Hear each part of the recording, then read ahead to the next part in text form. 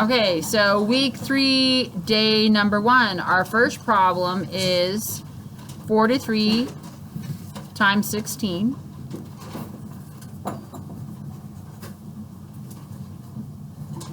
What do we do first? Ava? Okay, so we're taking the whatever's in the ones place and we're multiplying by every number that's on the top, so by the ones and then by the 10. So 6 times 3 is 18. 6 times 4 is 24, plus 1 is 25.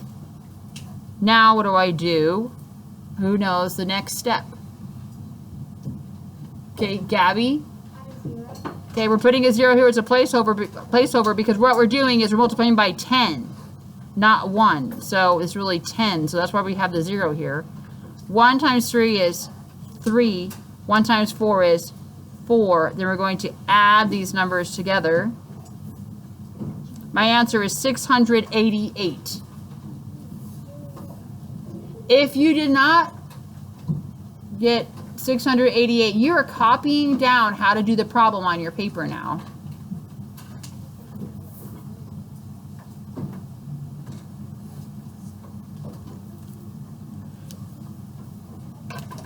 The second problem states, Jacob and Dustin collected 245 cans for the school can drive. They gave 55 cans to Dustin's little sister to take to her class.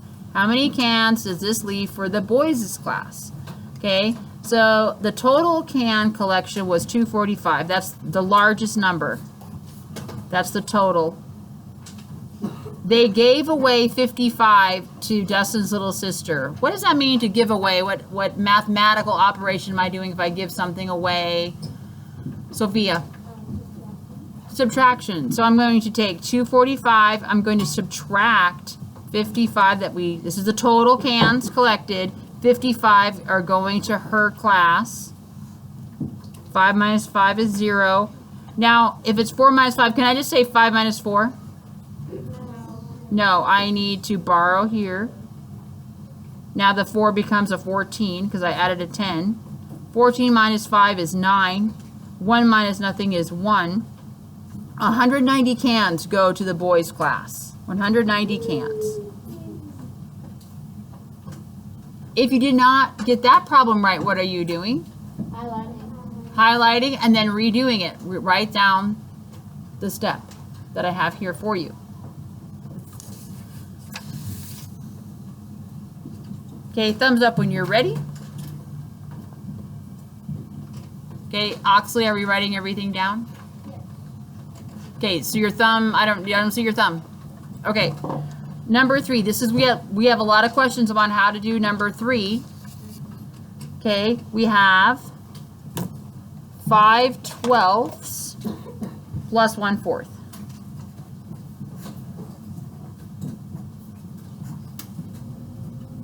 Can I add them the way that is written?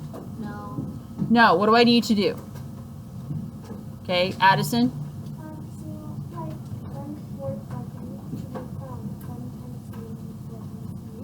Okay, because we want common denominators. Again, if you don't have this, if you didn't put something in 12, so make sure you're paying attention. You have to write it all down. So you're not fiddling in your desk.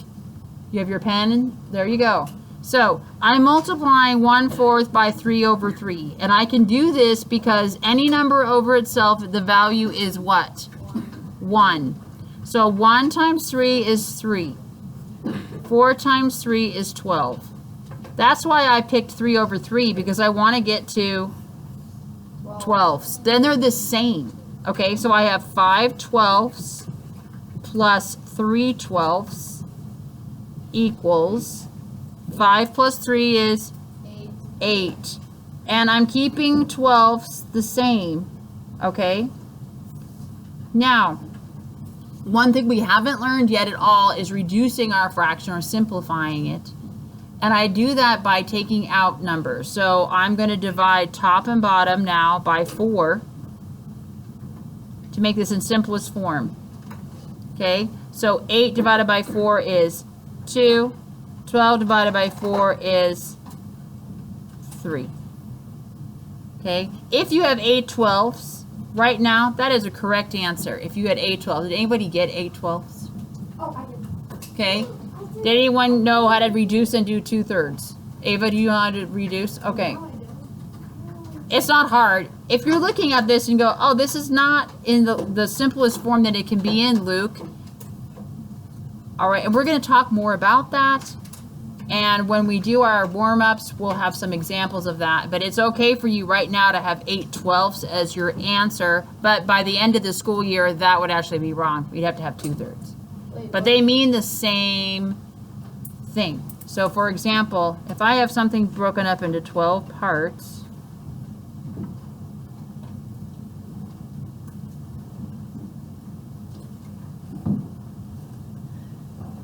okay, and I choose 8, right? 1, 2, 3, 4, 5, 6, 7, 8. That's 8/12, yes? Okay, 2/3 is one whole rectangle and another whole rectangle and 1/3 rectangle left over. Isn't that the same thing? Yes. Yes. Okay, last problem. Write 3 6/10 in word form. I'll put this paper back up in a minute. So, what does it say? I'm just going to read it. 3 and, that's the decimal point, 6/10. If I'm not sure how to say this, like what is it again? I could get out my chart and look, because it tells me right above this, it says what? It says tenths on my chart. Like this. Okay. All right, that's all, folks.